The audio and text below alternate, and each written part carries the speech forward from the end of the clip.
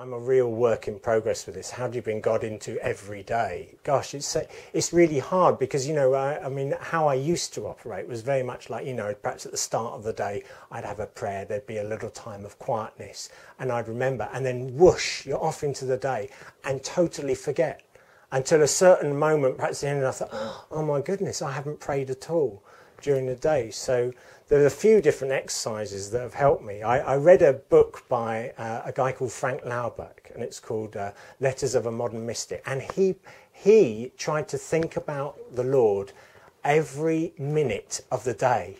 Every minute of the day. And he had varying success with that. And I'd settle for once an hour, actually, compared to where I was. So I have a little ping that goes off on my computer on the hour, every hour. And I stop for 30 seconds. And I pray for everything that's coming up in that hour. So for the emails I'm writing. And it reminds me again that everything I do is an opportunity to witness for Jesus. Everything I do.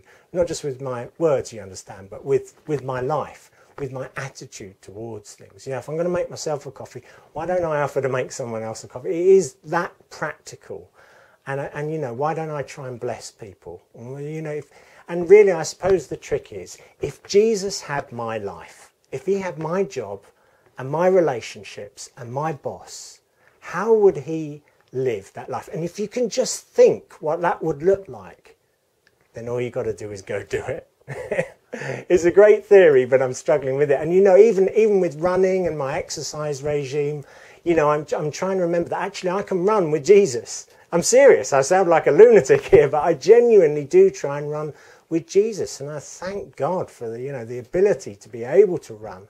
And it's another opportunity to pray and to be with Jesus through the day, through the everyday, through the normal stuff, whether it's cleaning the dishes or loading the dishwasher or whatever it happens to be. There's always times that we can remember Jesus is with us. He's not just out there far away, but he's in here. He's with me always, constantly.